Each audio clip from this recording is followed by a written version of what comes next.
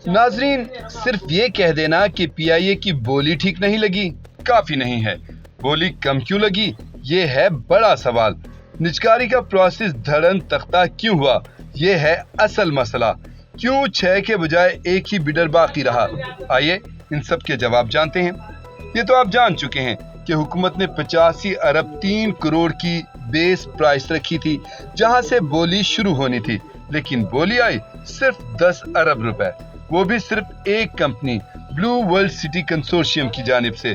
इस कंपनी के लिए रूल्स भी रिलैक्स किए गए, हालांकि इसको एविएशन का कोई तजर्बा भी नहीं, लेकिन हुकूमत तो जल्द अज जल्द कौमी एयरलाइन को बेचना चाहती है, मगर इतने अजीब तरीके से, इसकी तवक्को नहीं थी। एक अंदर की खबर है कि इस कंपनी के नुमाइंदे ने सेक्रेटरी निजकारी से सवाल किया कि अगर वो बिडिंग जीत जाते हैं तो क्या प्लॉट के प्राइस इसमें एडजस्ट कर सकते हैं।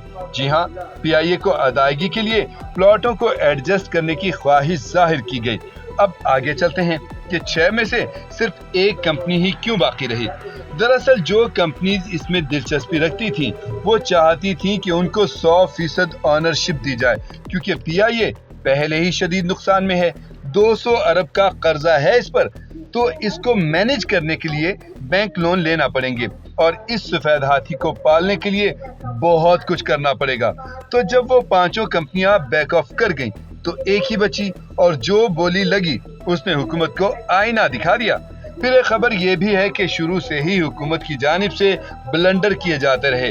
हुकूमत ने इस निजकारी के लिए जो कंसल्टेंट हायर किए उन पर $20 मिलियन खर्च किए गए। मुख्तलिफ कंपनीज को हायर किया गया कि PIA का पॉजिटिव इमेज बनाएं, मनफी बातों को मैनेज करें, लेकिन ऐसा हुआ नहीं। भाई किसी ने गाड़ी भी बेचनी हो तो उसकी नोक पलक संवार लेता है, लेकिन हुकूमत ने PIA को बेचने के लिए वो भी नहीं किया।